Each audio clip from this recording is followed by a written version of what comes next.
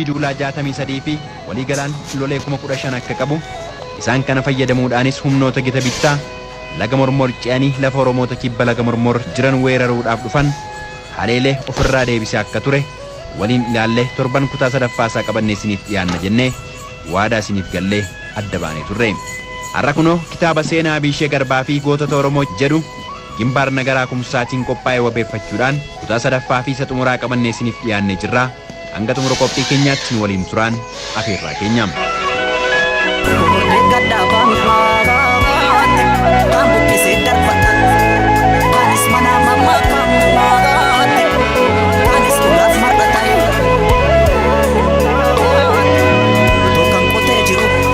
Humni gita bittaa kun laga mormoriin ce'anii guduruu erga qabatanii booda kaayyoo gita bittummaa isaanii gara horroo fi hollaalee guduruu birootti babal'ifachuuf akeekkatanii haa ta'uuti hinaaffaanii fi gootummaan inni lafasaa fi lafeessaaf qabu kan gadi san teessisne gootichi beekamaan Abishee Garbaa murnoota gita bittaa kanaa leeluuf duubatti hin deebine.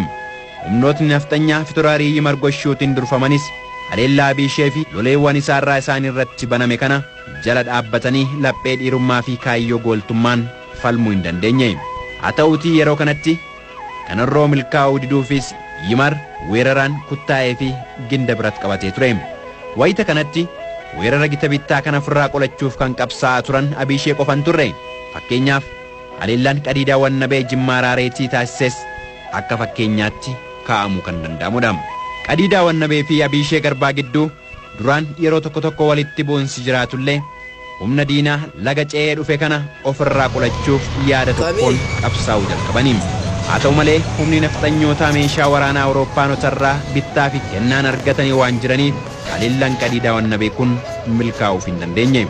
Yeroo kanatti injifatamuu Qadiidaa Wannabee fi weeraramuu Jimmaa Gannatiif gumaacha guddaa kan godhe namicha Soorii Galaa jedhamu ture. Sooriin lammii fi qomoo isaa jibbee alagaa fi diina waliin michoomuu isaatu himama.